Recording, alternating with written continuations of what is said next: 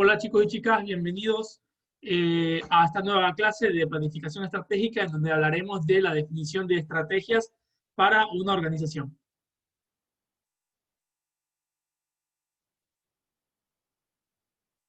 Bien, ¿qué es una estrategia? Hay que entender también que una estrategia es de alguna manera una respuesta que damos a un problema, a un objetivo, a una intención que tenemos. Por lo tanto, cuando hemos definido la misión, cuando hemos definido la visión, cuando hemos definido los objetivos, también hay que plantear ahora un camino, una manera de poder alcanzar esos objetivos planteados, ¿verdad? O esa misión que nos hemos propuesto o esa visión deseada a futuro.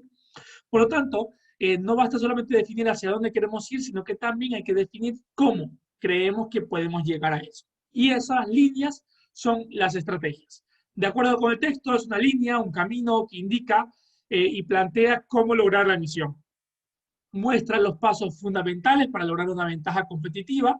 De esto voy a hablar un poquito más abajo, ¿sí? Que precisamente muestra de la ventaja competitiva es aquella cosa que tiene una organización que la hace diferente al resto y que le permite posicionarse en un espacio. Aquí tienen el concepto corto y abajo el concepto más largo para que ustedes también puedan revisarlo. Dice dominio y control por parte de una empresa de una característica, habilidad, recursos o comportamiento que incrementa su eficiencia y lo permite distanciarse de la competencia, es decir, diferenciarse.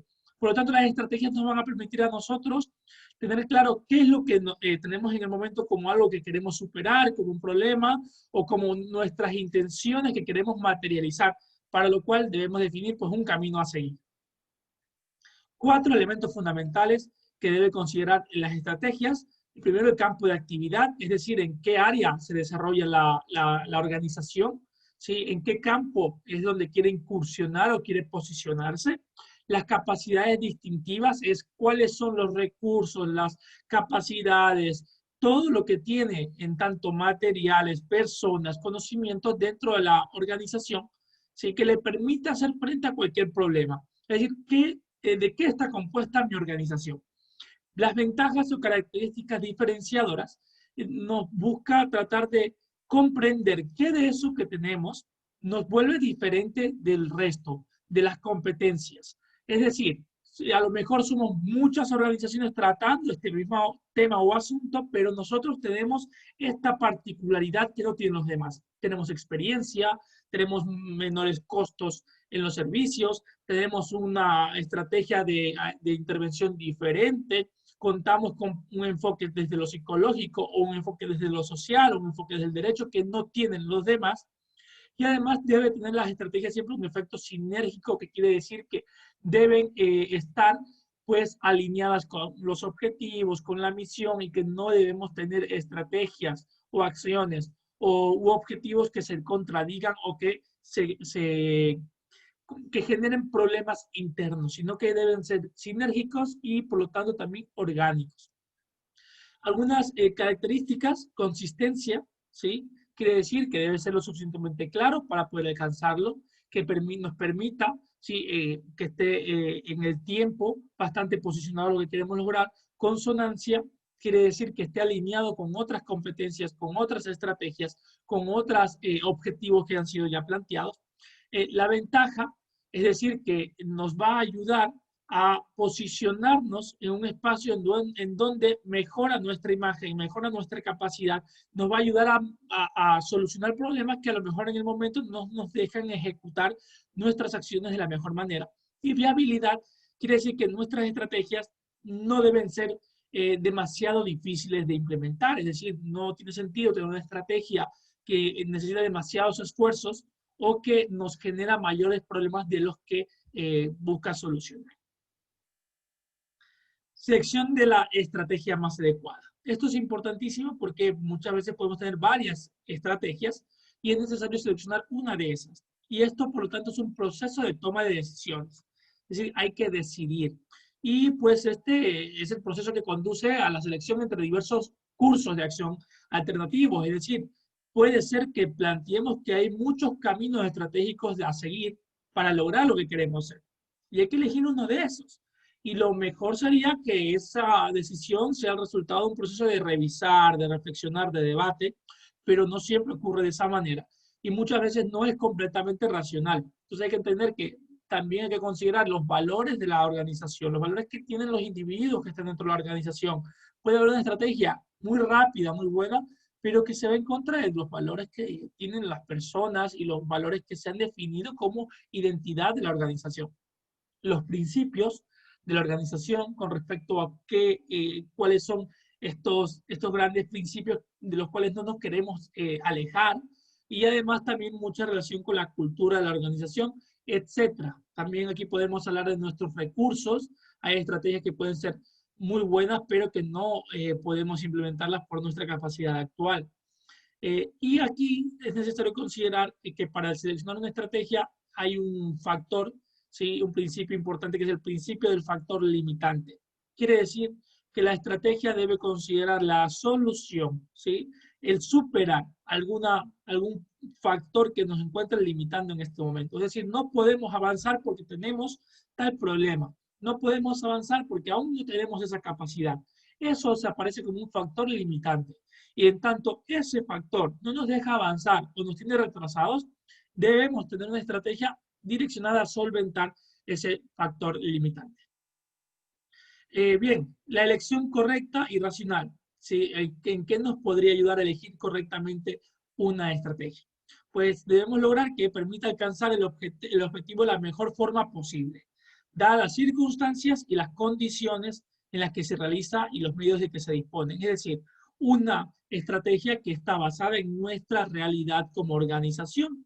Una estrategia que implica que sabemos cómo podemos alcanzarla porque tenemos las herramientas necesarias en el momento. Además, es importante que tenga en cuenta los valores que los miembros asocian a las distintas alternativas y a sus consecuencias, porque al final quienes van a tener que afrontar cualquier consecuencia o van a tener que llevar a cabo las estrategias son las personas de la organización. Y si hay una estrategia que no está alineada con lo que las personas creen que es correcto y con lo que se ha puesto como principios de la organización y sus valores, pues eso puede generar una mala ejecución de la estrategia. Y por último, es necesario que la estrategia armonice con los valores generales de la organización.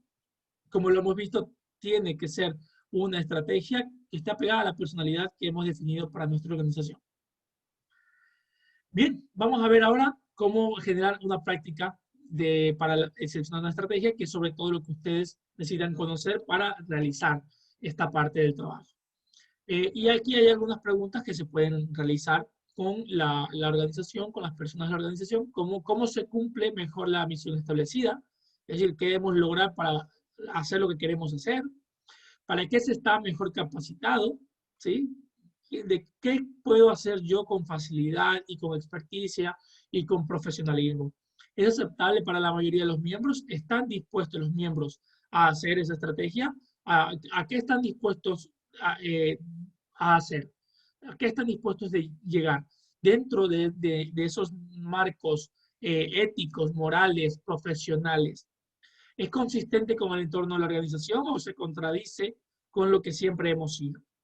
¿Tiene relación con los objetivos de la organización? Fundamental que la estrategia nos permita alcanzar nuestros objetivos. Si no, hay que replantear los objetivos o replantear la estrategia. ¿Qué riesgos existen en cada caso? ¿Okay? Hay estrategias muy peligrosas cuyos riesgos pueden ser muy altos y que hay que calcularlos incluso para saber cómo hacer la estrategia o incluso para evitarla. Aprovecha las oportunidades y fortalezas y evita las amenazas y debilidades, ¿sí?